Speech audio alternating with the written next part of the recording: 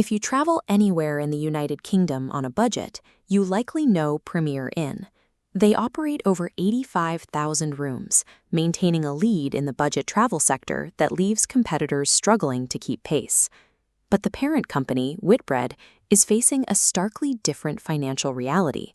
Over the last 12 months, its stock price dropped 17%, hitting a 13-year low.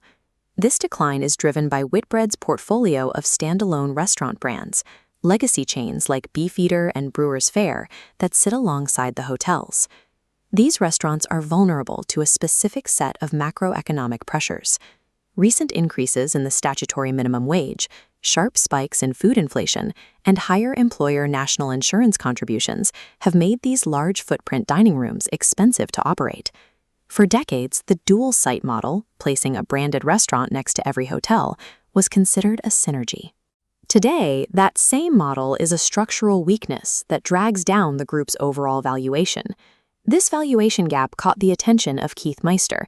His activist hedge fund, Corvax Management, acquired a 7% stake in Whitbread to force a change in direction. Corvax argues that the current stock price is so low, the market is effectively ascribing zero value to Whitbread's international pipeline and its vast collection of property leaseholds. Meister has issued a direct ultimatum.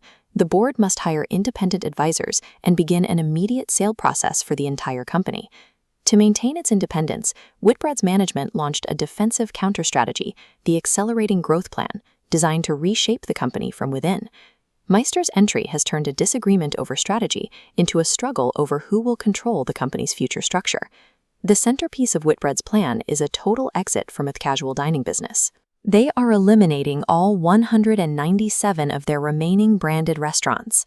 The math of this purge follows two paths. 110 sites will be sold as going concerns, while 87 are physically transformed.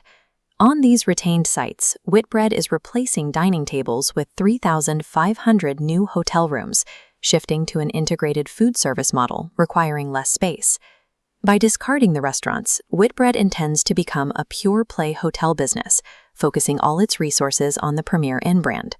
Whitbread can fund this pivot because it holds an asset most of its competitors do not. The company owns 50% of its physical hotel real estate.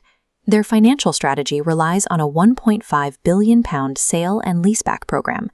By selling the land to investors and leasing it back, they generate the capital needed for expansion while keeping operational control of the hotels.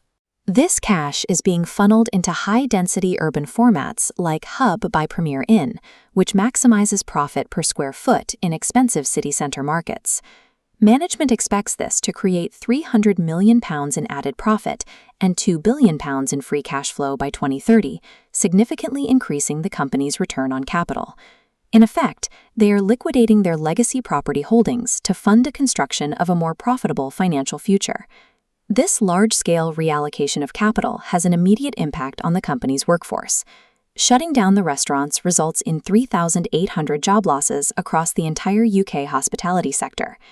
Even this aggressive move to cut costs and streamline the business has failed to satisfy the company's most vocal investor. Corvax Management has dismissed the new 5-year plan as a mistake, maintaining that a full sale of the company is the only way to realize its true value.